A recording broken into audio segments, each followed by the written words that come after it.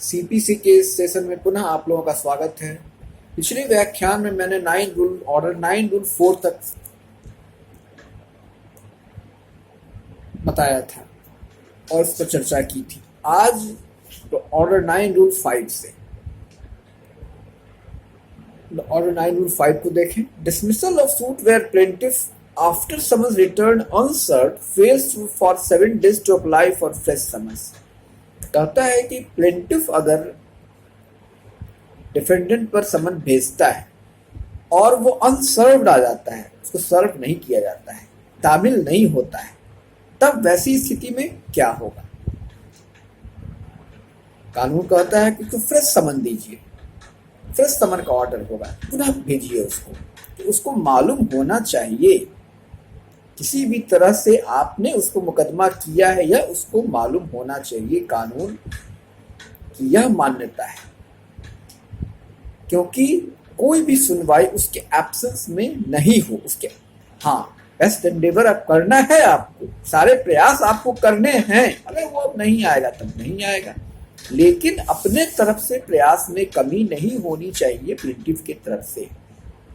देखिए इसको, order 9 rule 5 सब rule 1, where after summons has been issued to the defendant to one of several defendants and returned unserved, the plaintiff fails for a period of 7 days from the date of the return met to the court by the officer ordinarily certifying to the court returns met by the serving officer to apply for the issue of a fresh summons. The court shall make an order that the suit be dismissed as against such defendant unless the plaintiff has within the said period satisfied the court that।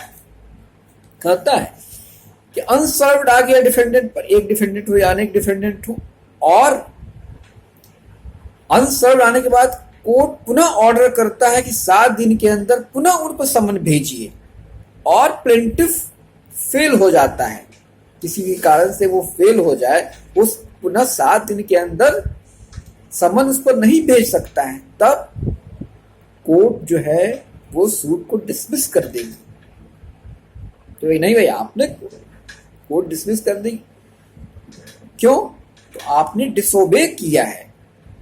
जब court का आदेश हो गया कि उसको पुनः समन भेजना है और आपने नहीं कोर्ट के आदेश को माना, यह अवज्ञा है कोर्ट के आदेश की। पुनः सूट डिसमिस हो जाएगा, लेकिन सूट बचा रह जाएगा, सूट बचेगा। ऐसी स्थिति भी है। ऐसा नहीं कि केवल प्लेंटिफ की एक छोटी सी गलती के कारण सूट डिसमिस हो जाएगा। हो सकता है इसके पीछे प्लेंटिफ का कोई परिस्थिति इस तरह की हो जो प्लेंटिफ नहीं सूट समन दे सका हो। वो क्या है देखिए। He has failed after using his best endeavors to discover the residence of the defendant who has not been served।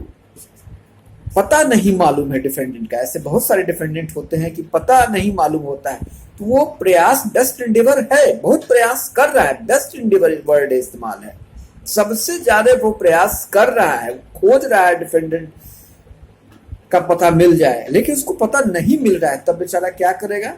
तो कोई कहता है, कहीं कहीं से मालूम करता है कि यह पता है, यह पता है, यह पता है, तो वो लिखता है, लेकिन वो एप्रोप्रिएट एड्रेस नहीं है। वैसे वो अनसर्व्ड आ रहा है। तब ये बता रही है कन्विंस, ये कोर्ट को कन्विंस करना होगा कि भाई बेस्ट एंडेवर। बहुत बढ़िया विधायिका ने ये एप्रोप्रिएट वर्ड इस्तेमाल किया है, बेस्ट एंडेवर। सबसे हमसे जो हो सकता है सबसे आखिरी दम तक मैंने प्रयास किया, उससे ज्यादा प्रयास आप नहीं कर सकते हैं। तो ये बता कोर्ट सेटिस्फाइड हो जाएगा, तब उसका सूट बचा हुआ रह जाएगा। तब कोर्ट कहेगा कि फिर ठीक है, इस पुनः पता लगाइए डिफेंडेंट का एड्रेस करके, तो फिर उसको कीजिए, लेकिन कीजिए, फिर प्रयास कीजिए एक बार, लेकिन उस दिन सूट उसका डिसमिस नहीं होगा, सूट डिसमिस इस आधार पर नहीं होगा। उसका दूसरा है such defendant is avoiding service of process. पता चल जाए कि कोर्ट को सेटिस्फाइड कर देगा प्लेंटिफ कि भाई हम चाह रहे हैं, वो डिफेंडेंट को मालूम है, लेकिन वो किन प्रकार अवॉइड कर रहा है तामीला प्राप्त करने से, तामील नहीं हो पा रही है, किसी न किसी बहाने से वो निकल जा रहा है, बताना होगा। और see there any other sufficient cause of extending the time. पिछले व्याख्यान में हमने 4 प्रकार बताया था सफिशिएंट कॉज का। साथ साथ यह भी कहा था कि हर सूट का, हर केस का अपना सफिशिएंट कॉज होता है। तो ये आ गया ऑर्डर 9 रूल 4 में, यहाँ फिर आ गया सफिशिएंट कॉज। तो हर सूट का, हर केस का, वो जो बताया वो जुडिशियल वर्डिक्ट में एक आया जिसमें 4 प्रकार बताए थे। अब हर सूट का, हर केस का अलग अलग फैक्ट्स और सर्कमस्टांसेस होता है, सफिशिएंट कॉज अलग अलग होगा। यहाँ है that there is any other sufficient cause of extending the time. कोई ऐसा सफिशिएंट कॉज है कि हम इस 1 सप्ताह के अंदर उसको पुनः समन भेज सके। आपका आदेश था योर ऑनर, लेकिन हम उसको नहीं भेज सके। In which case the court may extend the time for making such application for such period as it thinks fit. समय उसको मिल जाएगा जैसा उस कोर्ट आदेश दें। In such case the plaintiff may subject to the law from which brings the fresh suit.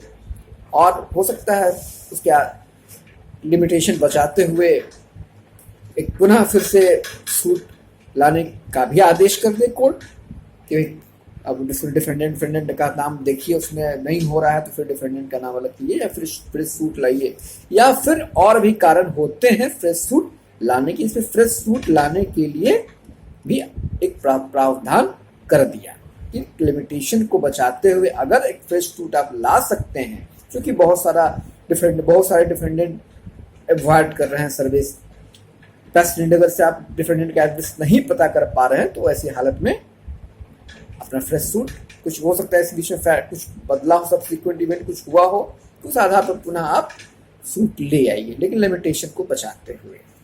Order 5 बहुत महत्वपूर्ण, रूल 5 बहुत महत्वपूर्ण है। अब ऑर्डर 9 रूल 6 बताता है procedure when only plaintiff appear. अब प्लेंटिफ अपीयर है तब क्या होगा?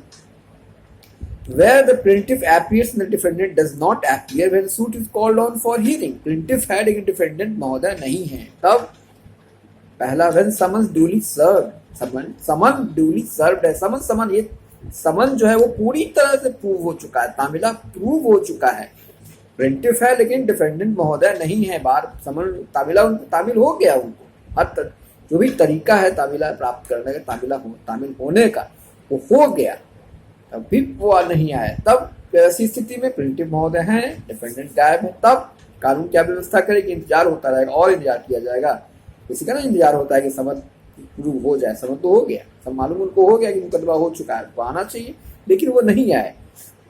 तब if it is proved that summons was duly served, the court may make an order that suit be heard ex parte. अब सूट एक्स पार्टी चलेगा, यानी कि तामिला प्रूव हो चुका है, नहीं आए, अब इंतजार होता रहेगा। नहीं, कोर्ट समय इंतजार करेगी उनका कि भाई और समय इनको देख लिया जाए, डिफेंडेंट महोदय आ जाएं, तब उनके एब्सेंस में सूट एक्स पार्टी एक पक्षीय आदेश हो जाएगा कि सुनवाई हो। वो नहीं आए, इंतजार तो नहीं किया जाएगा।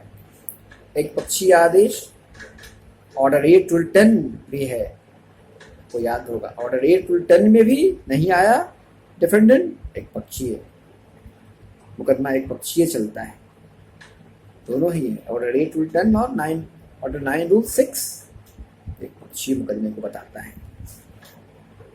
अब when summons not duly served, समन नहीं है, पहली परिस्थिति है कि तामिला हो चुका है, दूसरा है तामिला नहीं हुआ है। If it is not proved that the summons was duly served, the court shall direct second summons to be issued and served on the defendant।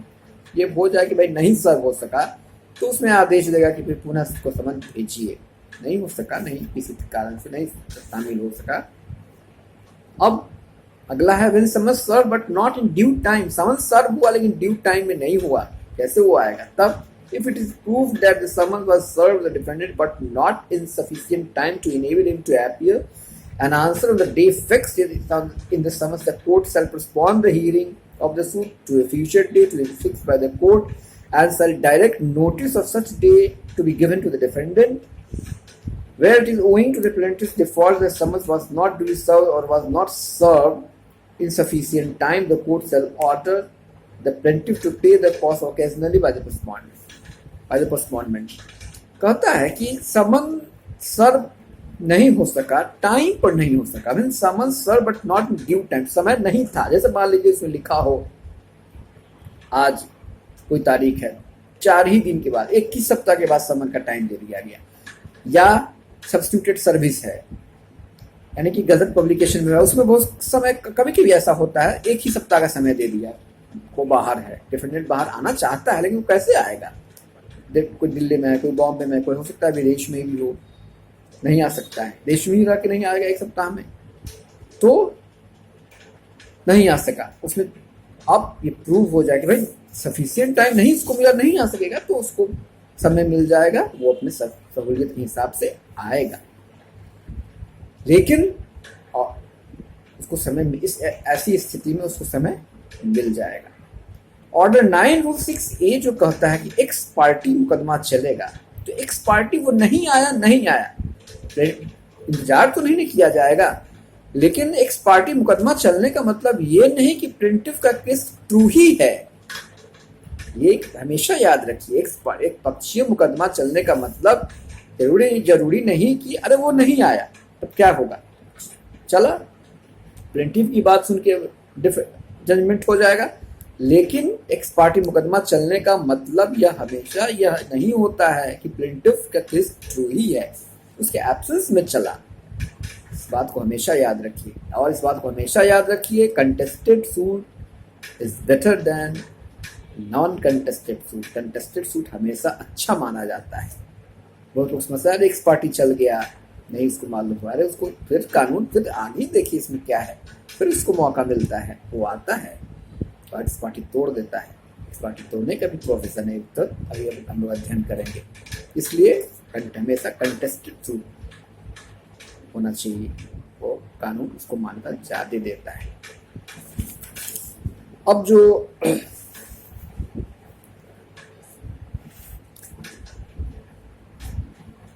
महत्वपूर्ण है वह है ऑर्डर 9 रूल 13।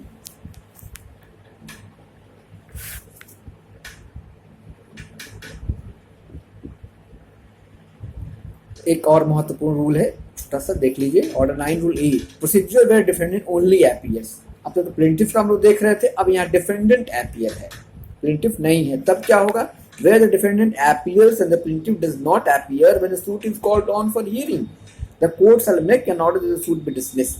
प्लेंटिफ है, प्लेंटिफ नहीं है, डिफेंडेंट है, तो सूट डिसमिस हो जाएगा unless the defendant admits the claim और पार्ट देयर ऑन। अगर उसका कोई पार्ट डिफेंडेंट एडमिट कर लेता है या उसके उसके क्लेम को अडॉप्ट कर लेता है, उसके क्लेम को मान लेता है या उसका कोई पार्ट मान लेता है, तब in which case the court shall pass a decree against the defendant upon such admission। और उसी एडमिशन के आधार पर कोर्ट डिक्री तैयार कर देगी, जजमेंट किसके फेवर में दे देगी, प्लेंटिफ के फेवर में दे देगी। where part only of the claim has been admitted shall dismiss the suit as far as relates to the remainder। और बाकी को डिसमिस कर देगी, और उतना पार्ट जो है वो, जितना पार्ट वो एडमिट किया है डिफेंडेंट, उतना पार्ट पर उसके हिसाब से जजमेंट होगा और डिग्री अकॉर्डिंग डिग्री प्रिपेयर हो जाए। अब है 9 rule 13, setting aside ex parte degree. X party चलने वाले लोग खुश ना हो, उनके लिए भी एक बुरी खबर है, डिफेंडेंट को भी मौका मिलता है कि एक्स पार्टी किसी भी कारण से एक्स पार्टी हो गया, हो सकता है वो सब नहीं आ सका, किसी भी कारण से नहीं आ सका, सब जानबूझ के समन हो सकता है कि उसको मालूम हो, लेकिन परिस्थितियां ऐसी कि वो नहीं हुआ आया, तब setting aside ex parte decree against defendant. In any case in which decree is passed ex parte against defendant, he may apply to the court by which the decree was passed for an order to set aside, and if he satisfies the court that the summons was not duly served। अब यहाँ पर आप defendant का है कि भाई वो किसी कारण से ये बता दे कि भाई समन हम पर नहीं आया, हम सब कहाँ समन मिला, हर तरह से हम इंतजार करते गए, समन हमको नहीं मिला, और that he was prevented by any sufficient cause from appearing when the suit was called on for hearing। और या उसको प्रिवेंट कर दिया गया, किसी भी सफिशिएंट कॉज के द्वारा उसको प्रिवेंट किया गया, रोक लिया गया कि भाई कोर्ट हाउस तक नहीं पहुंच सके। मान लीजिए कोई चला, प्लेंटिफ देख रहा है, अपने आदमियों को रखे हुए उसको पकड़ के रख लिया, उस दिन किडनैप कर लिया, बहुत तरह की बात होती है, या और सफिशिएंट कॉज है, इसलिए मैंने बार बार कहा सफिशिएंट कॉज हर सूट और केस का अलग अलग होता है। The court shall make an order setting aside the ex parte as against him upon such terms as to cause payment to court or otherwise as it thinks fit, and shall against a day proceeding with the suit। और ये convinced हो जाएगा court को satisfied हो जाना कि भाई sufficient cause था या और भी कोई कारण थे, तो एक्स पार्टी जो और आदेश हुआ है ऑर्डर 9 रूल 6 में, वो एक्स पार्टी को कोर्ट सेटिस्फाइड कर देगी, यानी कि तोड़ देगी उसका, और पुनः तोड़ देगी मतलब उस आदेश को निरस्त कर देगी, अपने उस आदेश को, और फिर से सूट को पुनः रेस्टोर कर देगी। यही 9 रूल 13 बहुत महत्वपूर्ण रूल है। Provided that where the decrees of such an incident can not be set aside against such defendant or only it may set aside as against all or any of the other defendant also. Provided that further no court shall set aside a degree pass ex parties merely on the ground that there has been irregularity in the service of summons if it is satisfied that the defendant has noticed the date of the hearing and has sufficient time to appear and answer the plaintiff's claim। कभी कभी ऐसा होता है कि वो उस set aside को के आदेश को निरस्त ना करेगी, ऐसा भी होता है, दोनों ही इसमें है। कभी कभी ऐसा डिक्री होता है कि उसको ऐसा है, या कभी कभी ऐसा भी डिक्री है कि वो डिक्री सेटिस्फाइड नहीं हो सकता है, ये भी तो दिया गया है। इसलिए दोनों ही है, डिफेंडेंट के पक्ष में भी और प्लेंटिफ के पक्ष में भी है।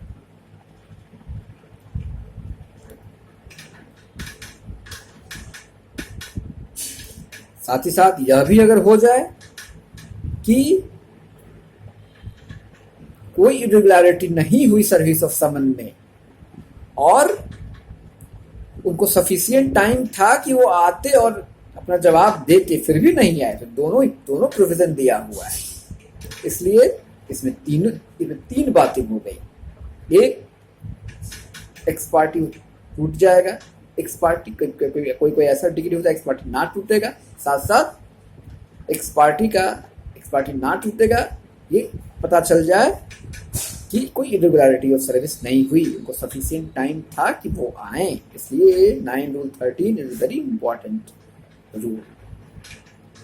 आज हमने ऑर्डर 9 को बहुत विस्तृत तरीके से पढ़ा, तो आगे के व्याख्यान में और सीपीसी की ऑर्डर का महत्वपूर्ण ऑर्डर और सेक्शन पर हम विचार करेंगे। तब तक के लिए धन्यवाद।